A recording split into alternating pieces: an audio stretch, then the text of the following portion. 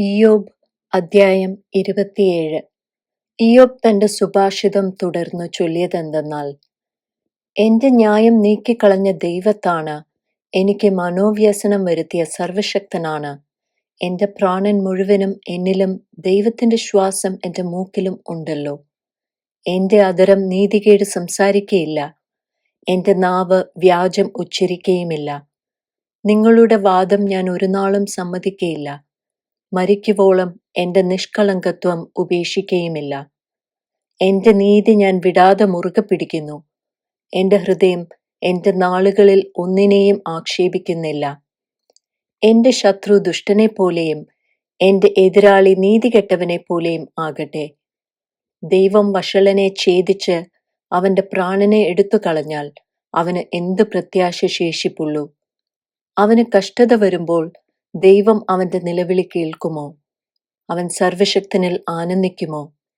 എല്ലാ കാലത്തും ദൈവത്തെ വിളിച്ചപേക്ഷിക്കുമോ? ദൈവത്തിന്റെ കൈയെക്കുറിച്ച് ഞാൻ നിങ്ങളെ ഉപദേശിക്കും. സർവശക്തന്റെ ആന്തരം ഞാൻ മറച്ചു വെക്കയില്ല.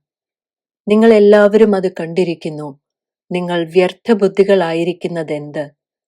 ഇത് ദുർജനത്തിന് ദൈവത്തിന്റെ പക്കലുള്ള ഓഹരിയും നിഷ്ഠൂരന്മാർ സർവശക്തങ്കിൽ നിന്ന് പ്രാപിക്കുന്ന അവകാശവും തന്നെ.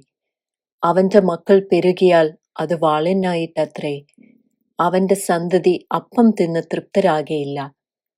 അവന് ശേഷിച്ചവർ മഹാമാരിയാൽ കുഴിയിൽ ആകും. അവന്റെ വിധവമാർ വിലപിക്കുകയുമില്ല. അവൻ പൊടിപോലെ വെള്ളി സ്വരൂപിച്ചാലും മണ്ണുപോലെ വസ്ത്രം സമ്പാദിച്ചാലും അവൻ സമ്പാദിച്ചു എന്നേയുള്ളൂ. നീതിമാൻ അത് ഉടുക്കും. കുറ്റമില്ലാത്തവൻ വെള്ളി പങ്കിടും. ചിലന്തിയെപ്പോലെ അവൻ വീട് പണിയുന്നു. കാവൽക്കാരൻ മാടം കെട്ടുന്നത് പോലെ തന്നെ. അവൻ ധനവാനായി കിടക്കുന്നു, പിന്നെ അങ്ങനെ ചെയ്യുകയില്ല. അവൻ കണ്ണു തുറക്കുന്നു, ഇല്ലാതെയാകുന്നു. വെള്ളം പോലെ ഭയം അവനെ പിടിക്കുന്നു.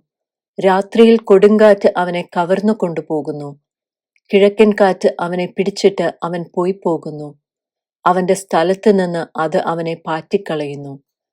ദൈവം ആദരിയാതെ അവനെ എയ്യുന്നു. തൃക്കൈയിൽ നിന്ന് ചാടിപ്പോകുവാൻ അവൻ നോക്കുന്നു. മനുഷ്യർ അവന്റെ നേരെ കൈകൊട്ടും. അവന്റെ സ്ഥലത്ത് നിന്ന് അവനെ വിരട്ടി പുറത്താക്കും.